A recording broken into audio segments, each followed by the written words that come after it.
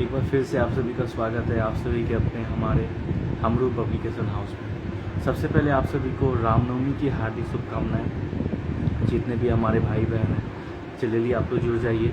आशा करते हैं कि आप लोग का दुर्गा पूजा और रामनवमी का त्यौहार और आज के रविवार का दिन काफ़ी खूबसूरत गया होगा। वीकेंड आप लोग का हॉलीडे अच्छा आ रहा होगा, तो जल्दी भी आप लोग जुड़ जाइए। आज हम लोग हमारे नेक्स्ट सोलो बुक के लाइव सेशन के लिए जुड़े हैं, जिसमें हम लोग वीना खंडूरी मैम से बात करेंगे। उनके पिताजी पे को जो उन्होंने श्रद्धांजलि के रूप में ट्रिब्यूट के रूप में पुस्तक लाई थी, जिसका नाम था पितृ हृदय अमृतधारा। बहुत ही खूबसूरत बुक थी। तो मैम का स्वागत करते हैं हम लोग।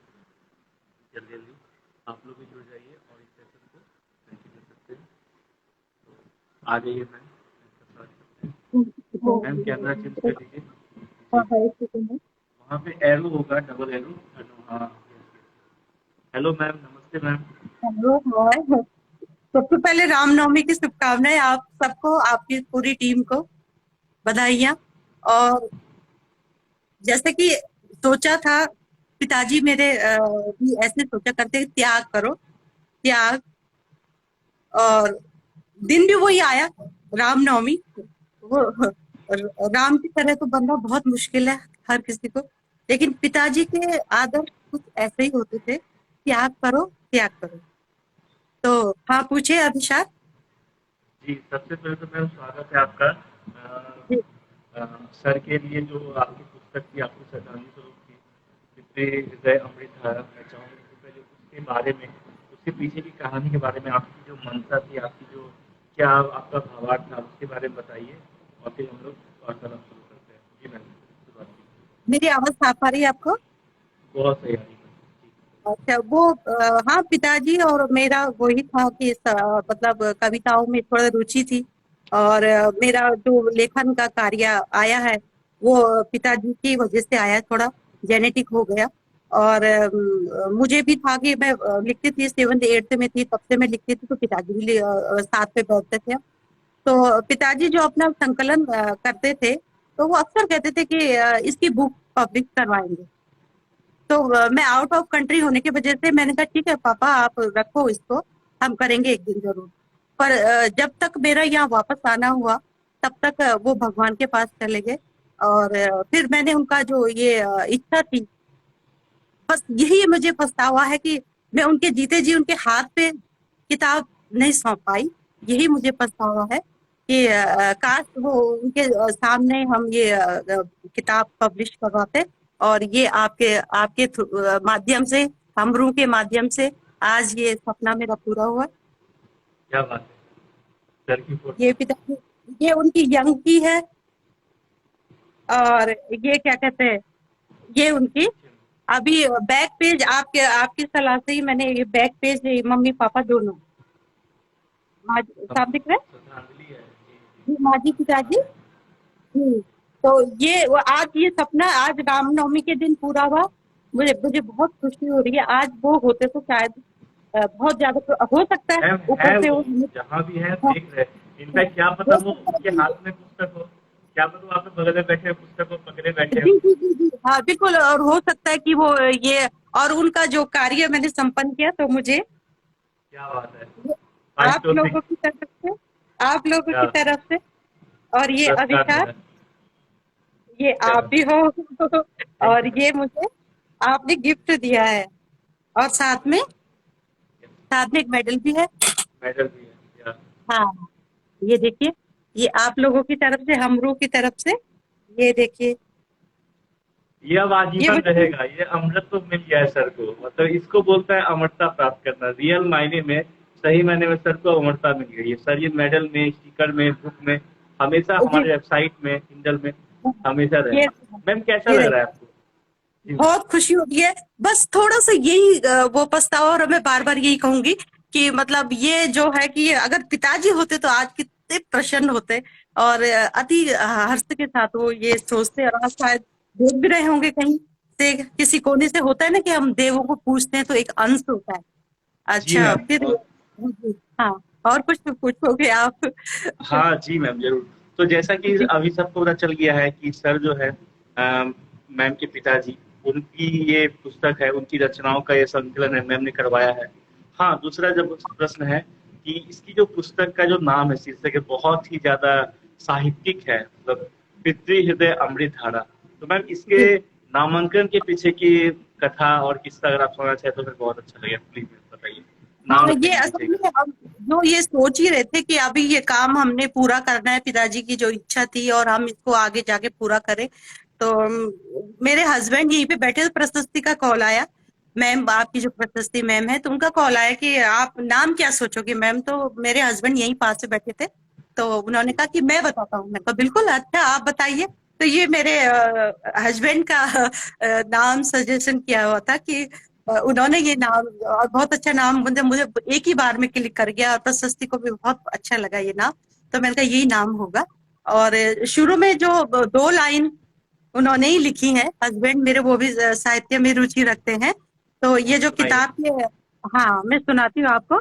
मेरे हस्बैंड भी, उसको थोड़ा बहुत अब होता है ना संगत का असर, जी, जी। होता ही है। जी, तो फिर होता क्या है कि वो भी साथ में बैठते थे। जब हम कभी छुट्टियों में श्रीनगर पापा के पास जाते थे, तो साथ में हस्बैंड को काफी कविताएं सुनाया करते थे और हमको भी सबको सुनाया करते थे। तो एक शुरुआत में, ये जो बुक की शुरुआत में श्रद्धा सुमन का जो एक 2 लाइन थी, जो हाँ, हाँ। यहाँ पे मुझको अभी, हाँ एक सेकंड है। जी।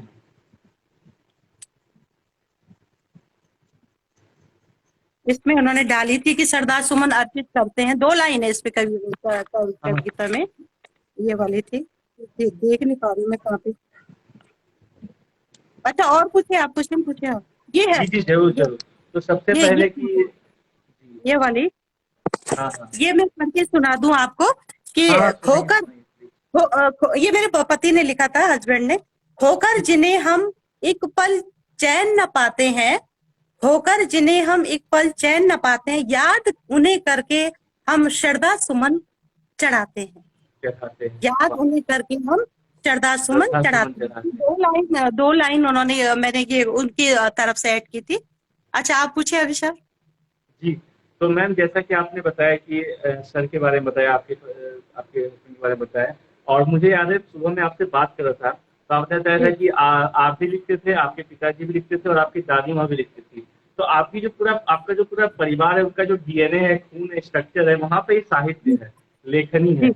इसके बारे में आप क्या कहना चाहेंगे? सर भी लिखते वो हैं, आप भी लिखते हैं, बताइए मैम। वो मेरे पिताजी तो बस वो साहित्य था उनका, विषय भी वही था, साहित्य, हिंदी संस्कृत वगैरह तो वो लिखते थे। और मैथिली शरण गुप्त, खासकर ये जयशंकर प्रसाद, प्रेमचंद के बुक्स उन्होंने मुझे भी देते थे, खरीद खरीद के, कि तुम ये पढ़ो, साहित्य पढ़ो। तो मुझे भी रुचि आ गई। हालांकि उन्होंने मुझे साइंस सब्जेक्ट लिवाया था।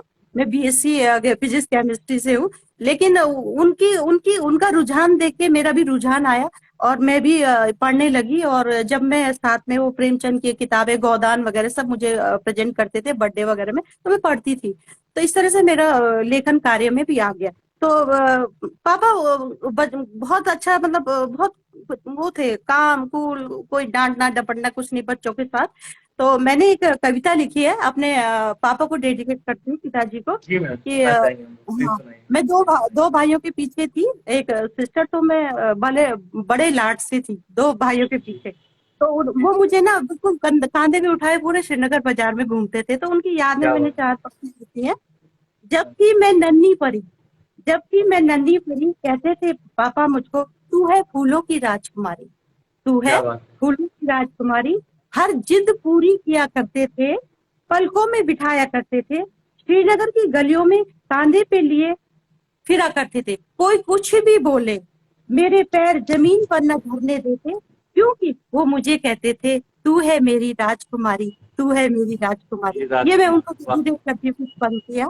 और पिताजी का ऐसे संघर्षमय जीवन था। और आप कुछ पूछो उनके बाद जी, तो मैं बता। जी मैम। हम्म, तो जैसा कि आप बता रहे थे, तो वो वाला मुझे पार्ट बहुत अच्छा लगा कि आपके पूरे परिवार में आपके पूरे एक स्ट्रक्चर जो है वो पूरे राइटिंग से, साहित्य जो है बहुत अच्छा लगा मुझे। तो जी, सबसे पहले मैं अगली बार मैं जानना चाहूंगा मैम कि सर के बारे में, पिताजी के बारे में, उनके जी। राइटिंग का, जैसे आपने कहा कि वो साहित्य में थे, मतलब शिक्षक थे, जो चीजें हैं, बस अगर आप उनके सफर के बारे में बताएं तो उन्होंने कब से लिखना स्टार्ट किया, कैसे लिखना स्टार्ट किया, किनको पढ़ते थे, उसके बारे में, साहित्य की और जर्नी के बारे में बताइए।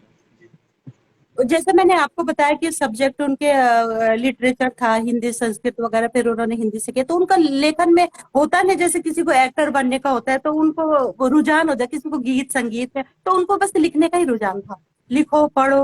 वो बोलते भी थे, मतलब कहीं महफिल में मीरा बाई के ज्यादा भजन घर पे भी सुनाते थे। हमारे घर पे तबला हारमोनियम होता था, सुनाते थे बैठक संस्कृति।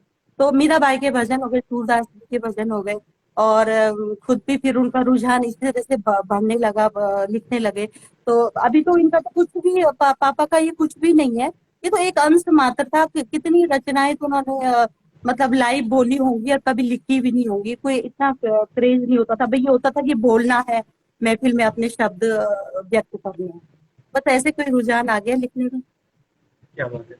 तो जैसा कि मैम आपने पिछले बताया था, फिर मैं चाहूंगा कि उसको एक प्रश्न के रूप में आप समेट के बताएं कि सर को किन लोगों को या किन रचनाओं को, किस विधा को पढ़ना पसंद था। सर की पाठन रुचि के बारे में हम लोग जानना चाहेंगे जी। अच्छा, वो असल में यही था कि खासकर यही लिखते थे कि जैसे ये मेन यही होता था कि कुरीतियों में जो समाज की कुरीतियां होती हैं, ये समाज में जो व्यवधान होते हैं उन पे ज्यादा उनका होता था, उसको निष्कर्ष उस पे पहुंचे। और वो कहते थे लिखो, दिल से लिखो, लेकिन किसी का आहत करके मत लिखो। किसी को आहत मत, तुम्हारा लेखन, तुम्हारा काव्य किसी को आहत करने के लिए ना हो, राहत देने के लिए हो।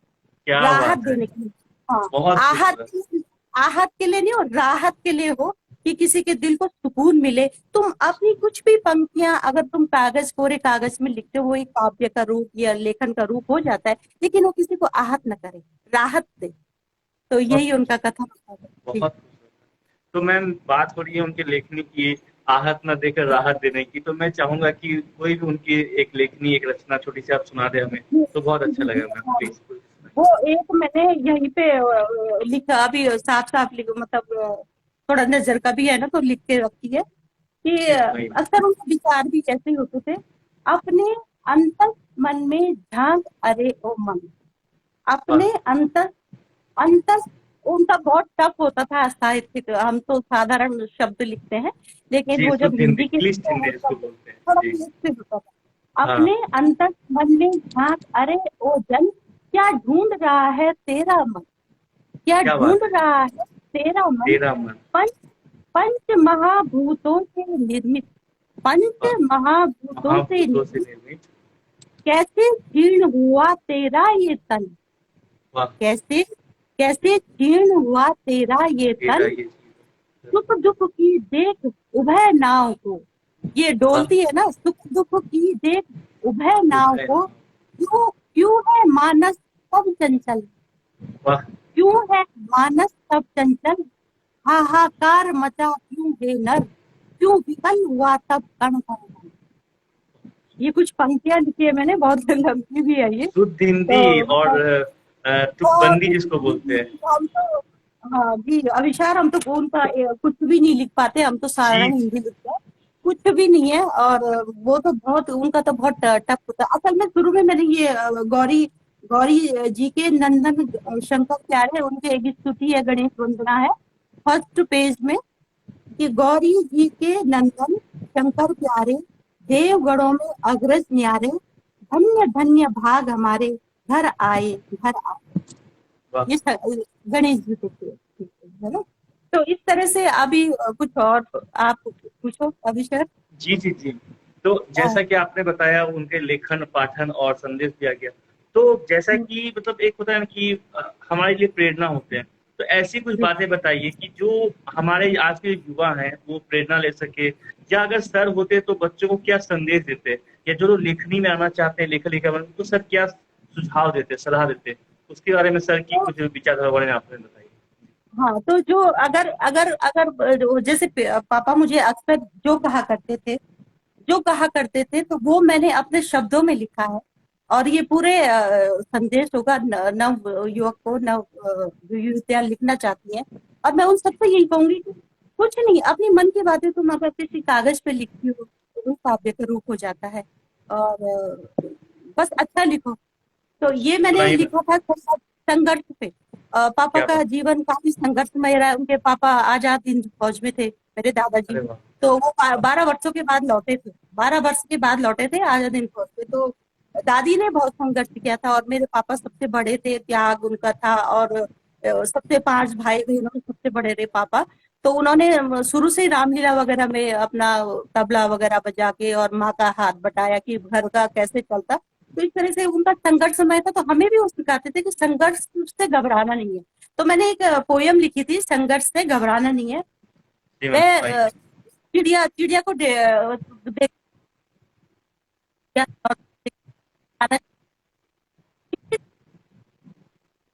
कैसे मैम आपकी आवाज कट कट जा रही है, आई थिंक थोड़ी सी माइक या मोबाइल दूर जा रहा है, आवाज कट रही है। हेलो। अभी भी आवाज कट, मतलब आप माइक से बोल रही हैं या फिर डायरेक्ट मोबाइल से बोल रही हैं? पहले मुझे ये बताइए, आवाज कहाँ से? डायरेक्ट मोबाइल से उसको लगा। हाँ अभी ठीक है, अभी ठीक है। मोबाइल ना मेरे आपके मुंह से दूर जा रहा है, आई थिंक इसीलिए आवाज कट रहा है, आई थिंक। थोड़ा सा पास में रखिए, है ना? अभी ठीक है। हम्म, कोई बात नहीं, कोई बात नहीं। हाँ, हेलो। आप कुछ बोलिए ताकि मैं आवाज सुन सकूं, आप कुछ बोलिए। आ रही है आवाज? आ रही हाँ है अभी आ रही ना? है, अभी आ रही है। आई थिंक जब आप बोल रही है ना तो मोबाइल दूर जा रहा है मुंह के पास से, वो डिस्टेंस कवर नहीं हो पा रहा है, आई थिंक। आप बोलिए। मैं हेडफोन लगाऊं? हाँ हाँ लगा लीजिए, कोई दिक्कत नहीं। हाँ, लगा लीजिए। तो जितने भी लोग जुड़ रहे हैं आप लोग का धन्यवाद। मैम बस ईयरफोन लगा रही है। आप लोग बने रहें, जुड़े रहें और शेयर करते रहें। ये एक बहुत भावनात्मक आज का सेशन है, वार्तालाप है। एक बेटी का अपने पिता को श्रद्धांजलि है। उनके मरणोपरांत जो उनको अमरत्व प्रदान करने की जो प्रक्रिया है या फिर जो इनकी चेष्टा है, इच्छा है, इसको हमरू पब्लिकेशन हाउस, हमारा साहित्यिक परिवार इनको सत सत नमन करता है। और जल्द ही मैम हमारे साथ ईयरफोन लगा के जुड़ने वाली है। जी मैम ने ईयरफोन लगा लिया, तो हम लोग इसको फिर से प्रारंभ करते हैं। मैम शुभारंभ। अच्छा, अब आवाज आ रही है विशाल? बहुत सही आ रही है बात मैम, एकदम क्लियर आ रही है। अच्छा जी ठीक मैम है। मैं शुभारंभ। एक संघर्ष में कुछ लाइन लिखी थी। पिताजी संघर्ष के लिए कहा करते थे कि जी मैम सुनाइए। एक दिन पूछा चिड़िया से तुम कैसे खुश रहती हो, दूर सैर कर आती हो, मजे से जीवन जीती हो। बोली चिड़िया कष्ट बड़ा है जीवन में, बोली चिड़िया कष्ट बड़ा है जीवन में, जुनून सा दिल में जगाना पड़ता है, एक घोंसला बनाने के लिए तिनका तिनका उठाना पड़ता है। बहुत संघर्ष है इस जीवन में, फिर भी साथ निभाना पड़ता है। कोई साथ चले न चले, फिर भी समय के साथ तो चलना पड़ता है। मंजिल मिल जाए यूं ही, मंजिल मिल जाए यूं ही, डगर इतनी आसान नहीं, बस पंख फैलाने भर से मिलती ऊंची उड़ान नहीं, बस पंख फैलाने भर से मिलती ऊंची उड़ान नहीं। बहुत आई आवाज? बहुत खूबसूरत आई, और आपके बोलने की जो इस कला है, संघर्ष बोलने पे की मतलब शैली है। चिड़िया कितना कष्ट करती है, फिर जाके घोंसला बनाती है, रोज का दाना चुगती है। तो इस पे थोड़ा संघर्ष पे था मेरा, तो और शायद आपको पसंद पसंद आया बहुत होगा। पसंद आया। और मैं कहना चाहूंगा सभी दर्शकों के बिहाफ में, उनकी ओर से कहना चाहूंगा कि आपकी जो पाठन शैली है, जो वाचन शैली है, आपने जिस तरह से पाठ किया वो बहुत ही खूबसूरत थी। एक होती है ना कि लोगों के जो पाठन भी, वाचन भी एक अभिनय होता है। तो आपकी जो वाचन शैली है वो बहुत ही उम्दा है, बहुत ही खूबसूरत है, बाकमाल है। एंड जल्द ही, जहां तक कि मुझे मालूम है, जल्द ही आप अपनी शुरू को लेकर भी आ रही हैं। तो इसके बाद जी जल्द ही हम लोग आपकी जब एकल पुस्तिका आएगी उस टाइम बात करेंगे। उस दिन सिर्फ आपकी रचनाएं होगी।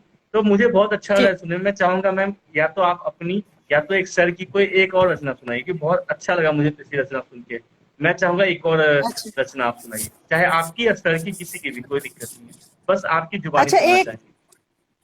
अच्छा जी अच्छा मैम। ठीक है। तो एक एक और। तो एक एक सर की भी सुनाऊंगी मैं, लेकिन एक मैंने पिताजी को वो मतलब जो कहते हैं ना कि चलो इस दुनिया से चले गए, हम सोचते हैं ना कि दुनिया से हमारे चले जाते हैं, हमारे जो अपने होते हैं या हमारे दोस्त होते हैं, ये को होते हैं, लेकिन हम उसको सोचते हैं कि यार वो चले गए, क्यों चले गए। तो उसपे मैंने एक वो सोचा था, जो इस दुनिया से जा रहा है या इस दुनिया से चल जा चुका है, वो क्या क्या सोचता है, वो क्या सोचता है। क्या बात है। बहुत क्यों क्यों रोके ये रिश्ते नाते अब मुझे, क्यों हाँ। रोके ये, आवाज आ रही है?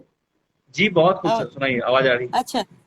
क्यों रोके ये रिश्ते नाते अब मुझे, क्यों अब मैं मोह माया में उलझूं, क्यों अब मैं मोह माया में उलझूं, तन हुआ अब ये जर्जर मेरा, तन हुआ अब ये जर्जर मेरा, क्यों पिंजरे में असहाय रहूं, क्यों ना सफर करूं सुखद मैं अब, क्यों न सफर करूं सुखद मैं अब, क्यों न अब ये नश्वर चोला त्याग चलूं, चलूं अब मैं एक नए सफर में, खुद को मैं आजाद करूं, खुद को वाह, मैं आजाद खुद को करूं। मैं आजाद करूँ, क्यों ना जी, जो त्याग इस दूं दुनिया मैं से, नस्वर चोला। बहुत खूबसूरत जी था, जी जी बहुत जी, खूबसूरत। क्यों ना मैं त्यागू नश्वर चोला, क्यों ना हाँ, मैं अपने को आजाद करूं, क्योंकि आजाद करो। हाँ, जो जो जी जो जा चुके हैं, जो जा रहे हैं, उनके सफर में व्यवधान नहीं बनना चाहिए। भले ही हमको कष्ट होता है कि वो चले गए, लेकिन वो हम व्यवधान ना बने, है ना। तो ये था मेरा, और एक मैं पिताजी की सुना देती कोई। जी जी, सुनाइए सुनाइए, बहुत समय हमारे पास, सुनाइए। जी बस ऐसे ही था, पिताजी से ही मैंने सब कुछ सीखा है, समझा जी है। और कुछ और पूछना चाहो तो तुम। जी। तो सर के बारे में जो उनकी जो चीजें हो, जैसे कि कहते हम्म हैं ना कि जो पिता है वो अपनी बेटी के आइडल होते हैं, या फिर उनके फर्स्ट हीरो होते हैं, सुपर हीरो होते हैं। और हम्म माँ होती है वो बेटे की, जैसे आप बेटी हैं, आपने पिताजी को किया।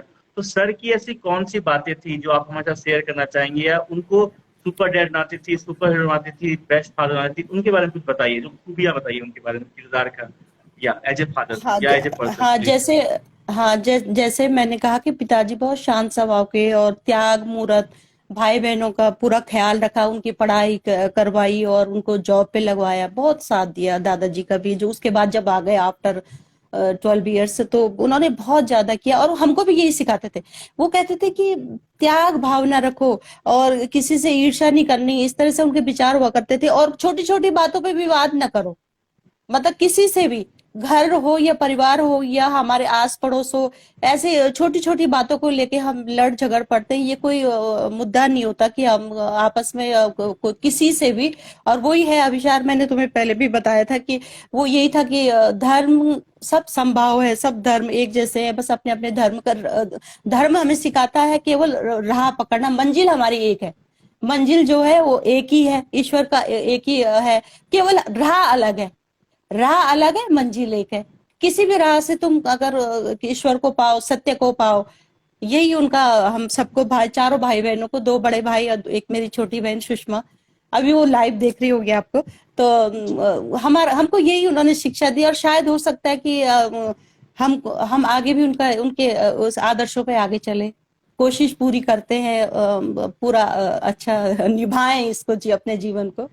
जी। तो मैम, बहुत अच्छा सेशन था, मतलब आपने कम हाँ। ही समय में बहुत चीजें बताई पिताजी की। अगर कोई रचना आप सुनाना चाहे जाने से पहले, तो मैं अच्छा, सुनना एक चाहूंगा, आप एक जरूर सुनना एक चाहेंगे। एक एक रचना मैंने ये खोली है अभी, आनंद। हाँ हाँ, सुनाइए आनंद। जरूर मैम, मैं सुनना चाहूंगा, हम जरूर आनंद, सुनना हाँ। चाहेंगे। सुनाइए। पूर्व जन्म का संचित फल, पूर्व जन्म का ये जो हमें मिलता है, पूर्व जन्म का संचित फल, पराक्रम ही जीवन बल, श्रेय श्रेय का भोग, परहित परोपकार का जोग। ये देखो, परोपकार आ गया ना, उनका जी यही जी। होता था, परहित परोपकार का जोग, यही जीवन का आनंद, तभी मिले परमानंद। वाह, परोपकार करोगे तभी परमानंद मिलेगा। परमानंद मिलेगा। परमान वाह, पर जी, यही यही उनके सारे। अब ये देखा आगे लाइन, तृष्णा त्याग पावे जीवन सार, तृष्णा को त्याग रखो, और त्याग की भावना रखो, तो मिले सारा जीवन का सार, मिथ्या संसार भोग, रोग भोग की मार। अगर झूठ है, झूठ पे चल रहे हैं, सत्य पे चल रहे हैं, तो परमात्मा का मिलन तो अवश्य होगा। और अगर तुम झूठ पे चल रहे हो, और फिर लास्ट में एक लाइन, ए जन सत्यम शिवम सुंदरम ही जग का जीवन सार, वाह, सत्यम शिवम सुंदरम, शिवम सुंदरम। यही जग जीवन का सार, यही उनकी भावनाएं होती थी। और उनका लिखते थे। और मुझे तो लगता है कि मैंने अभी बहुत कम पेपर समेटे हैं अभिशार। मैं सोचती हूँ कि अगर मैं फिर कभी श्रीनगर अभी जाऊंगी, तो उनकी अलमारी को टटोलूंगी, हो सकता है कुछ और माल मुझे मिले, और मैं उसको फिर से संकलित करूं, और उसको आपके समक्ष प्रस्तुत करने की कोशिश अरे मैम, करूंगी। हमारी बहुत बड़ी हाँ उपलब्धि होगी। और मैं कुछ हाँ लाइन कहना चाहूंगा मैम की, जैसे कि जब बात हुई थी, मुझे याद है, मैं कुछ किस्सा शेयर करना चाहूंगा। तो मुझसे हाँ। प्रस्तुति ने बताया था कि एक मैम है, वो अपनी बुक करना चाहती है, तो मैंने कहा ठीक है। जी जी जी। फिर उन्होंने कहा कि हाँ वो अपने पिताजी को श्रद्धांजलि के रूप में, समर्पण के रूप में पुस्तक, मैंने कहा ठीक है। उसके बाद हाँ मैम ऐसा हुआ था, आपको मेल भाई साहब ने, मनोज सर ने भेजा था। तो वो नहीं खुल हाँ, रहा था। और नहीं हमारे खुला बहुत था। सारे लोगों को भेजा, नहीं हुआ। उसके बाद एक हमने एक सॉफ्टवेयर इंजीनियर को किया, हायर किया इमीडिएटली, हम्म। मतलब इन a second, in a minute, क्योंकि हम लोग बात कर हम्म। रहे थे। उन्होंने मेल को क्रैक किया, उसके बाद टूटी देव करके एक फॉन्ट था उसमें खुला, फिर वो आपके पास आया। एंड उनका हम्म। आशीर्वाद था सर का कि पुस्तक कंप्लीट हुई और बहुत जल्दी अच्छा, हुई इसमें पूरी। आपको इंटरप्ट करते दो लाइन में बोलना चाहूंगी कि जो प्लीज मैंने प्लीज। मेरे बुआ का बेटा मनोज सुंद्रियाल, असल में मैं तो बाहर थी आबू धाबी, तो उसने ये सारा कलेक्शन किया था। मैंने उसको कहा आप था उसके बारे में कि विस्तार से करो। बता सकती हाँ हैं। हाँ। जी, तो बता वो सकते मनोज सुंद्रियाल ये नरेंद्र नगर डिग्री कॉलेज में प्रोफेसर थे, मेरे बुआ के बेटे। तो वो मामा, अपने मामा से बहुत अटैच थे, तो उन्होंने सारा ये संकलन जो भी है उसने समेटा था। मनोज ने समेट के रखा था, उसने लैपटॉप में सारा वो करते डिजिटल डिजिटल टाइपिंग किया था। फिर उसके बाद जब प्रशस्ति मैम का फोन आया मुझे कि तो कि मैडम आप अपनी बुक छपाओ, मैंने कहा यार मैं अपनी जरूर करूंगी, लेकिन पहले मैं अपने पिताजी की बुक छपवाना चाहूंगी। तो उनका ठीक है। तो जब मनोज ने मुझे, वो तो अच्छा हुआ कि मनोज बेचारा इस दुर्घटनाग्रस्त हो गया और इस संसार से विदा ले लिया। तो उसने उससे पहले मुझे मेल कर लिया था, उससे मेरे लैपटॉप में मेल आ चुका था। तो मैंने कहा यार अब क्या होगा।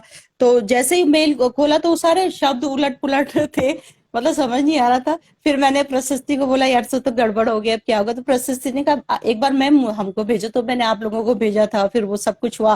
फिर वो किस तरह से आपने मैनेज किया, तब तो हमारी आशा टूट चुकी थी। हमने कहा अरे नहीं हो पाएगा। मेरी सिस्टर ने भी कहा कि अरे अब क्या होगा, नहीं हो पाएगा ना, जो पिताजी की इच्छा थी हम सोचते करें कंप्लीट। यार मैंने कहा नहीं हो पाएगा। तो मैंने उसको सरप्राइज रखा था, ये सारा जब बुक छप गई ना, अपनी सिस्टर को फिर मैं सरप्राइज बताया। वो अरे इसी वाह, लॉ वो इसी उसमें थी कि नहीं हो पा रहा है। लेकिन क्या जब बात है। मैं चुपचाप 1 मंथ तक मेरा प्रशस्ति का काम चलता रहा। जब बुक छप गई ना, फिर मैंने उसको बताया, पता है ये देख। अरे उसको ये तो बताया, यूनिक वो चीज था, ये तो बहुत, मुझे भी नहीं पता कि आपने सरप्राइज किया अपनी बहन उसको को। बहुत उसको भी, सुंदर। मम्मी को तो सरप्राइज ही रखा, पर सिस्टर को सर वो कह रही अरे अब नहीं हो पा रही ना बुक्स। मैंने कहा हाँ नहीं हो पा रही, मैं भी एक्टिंग करी, नहीं हो पा रही। और सारा पूरा 1 महीना काम चलता रहा उस पे, सारे शब्दों का संशोधन हुआ, जो भी आपने बहुत मेहनत की उस पे। और आप ही लोगों का ये वो है मेहनत का फल, जो आज ही बुक सामने आई है। वरना मैं तो हार मान ली थी, सिस्टर ने भी हार मान ली थी। पर बहुत अच्छा लगा तुमसे बात करके। और अभी प्रशस्ति भी कह रही कि मैम अपनी बुक करो। तो जरूर, मेरी बिटिया ने भी कहा है कि अभी एक बुक छपवा लो। तो मैं उसका प्रशस्ति से बात करूंगी, एक अपनी भी हो जाएगी मेरी। तो आगे भी, अभी तो लेखन कार्य अभी शुरुआत की साथ है। में जुड़ना है, आ, जी आ, जी। अभी तो चलेगा। अब शुरू, अभी तक तो बच्चों के साथ समय नीला, अब अपना समय आया है। वो कहते हैं ना कि 50 के बाद अपना समय होता है लिखने का। तो जी, अब मेरा ध्यान इसमें लिखने में, मैं जरूर इस सेकेंड काम इनिंग को स्टार्ट हुआ करूंगी। है अपने लिए, सेकेंड इनिंग। जी जी जी जी, हाँ जी जी। तो और तो हो। बहुत अच्छा लगा मैम जी। बात करके, सच में सर की बातें सुन के और आपकी बातें सुन के, मिठास भरी, साहित्य भरी। तो आशा करता हूँ मैं दोबारा ही फिर से जुड़ूंगा आपकी सोलो बुक के लिए। और उम्मीद है कि हम्म। आपको भी अच्छा लगा होगा। जाने से पहले मैम कुछ पंक्तियां आप अपनी सर की, जो भी आप लास्ट में कुछ कहना चाहें, मैं सुनना चाहूंगा, हम सभी सुनना चाहेंगे। आशीर्वाद स्वरूप क्या कहना चाहेंगे मैम? जी। सर की तो सर की सुनाओ, जी टाइम मैम, है जिसकी अभी। सुनाइए आप। हाँ हाँ, सुनाइए। अच्छा, एक एक वो मेरे पिताजी अक्सर कहा करते थे कि जैसे अभी हुआ था ना उस समय दहेज प्रथा वगैरह बहुत चला था।